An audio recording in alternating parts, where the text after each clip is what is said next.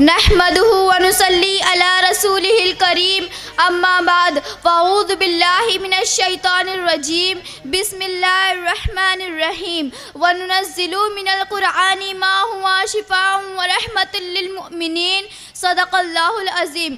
आइए कुछ बातें पेश करने से पहले हम सब मिलकर हमारे नबी सल्लल्लाहु तआला अलैहि वसल्लम की बारगाह में दुरूद सलाम का नजराना पेश कर पढ़े।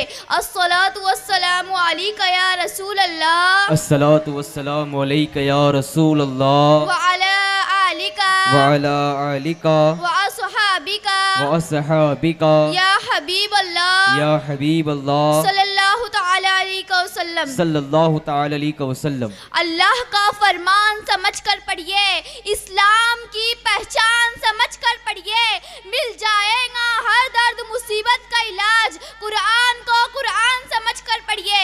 मोहतरम सामाईन इकराम, अल्लाह ताला कुरान पाक में इरशाद फरमाता है वनुनज़्ज़िलु मिनल कुरआनी मा हुवा शिफ़ाउन व रहमतुल लिल मुमिनीन। इसका मफ़हूम यह है, और यह कुरान जो नाजिल किया गया है इसमें ईमान वालों के लिए शिफा भी है और रहमत भी है। पता चला हर गम का इलाज कुरान में मौजूद है, हर परेशानी का इलाज कुरान में मौजूद है। मोहतरम सामाईन, आज हमारी मुसीबतों और परेशानियों की बहुत बड़ी वजह ये भी है कि आज हमारे घरों में तिलावत कुरान नहीं होती। कई दिन गुजर जाते हैं, हमारे घरों में कुरान पाक नहीं खुलते इल्ला माशाअल्लाह सिर्फ माह रमजान में या फिर मैयत जाए बस तभी कुरान पढ़ा जा रहा है। आज हमारा ताल्लुक कुरान से बहुत कमजोर हो गया।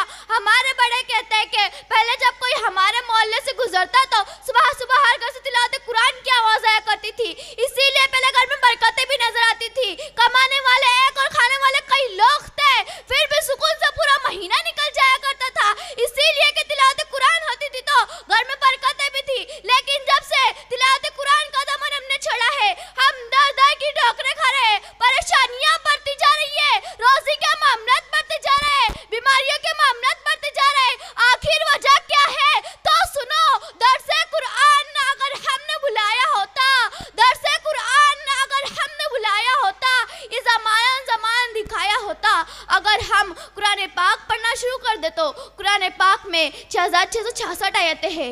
हर आयत शिफा देने वाली है, हर आयत हिदायत देने वाली है। आप मुझे बताएं कुरान में क्या नहीं? मुसीबतों से निकलने का हल कुरान अज़ीम में है, सुकून भी कुरान अज़ीम में है, चैन और करार भी कुरान अज़ीम में है। दुनिया से लेकर आखिरत तक ऐसा कोई मसला नहीं जिसका हल कुरान में ना हो। रूहानी बीमारियों का हल भी कुरान अज़ीम में है और जिस्मानी बीमारियों का हल भी कुरान अज़ीम में है।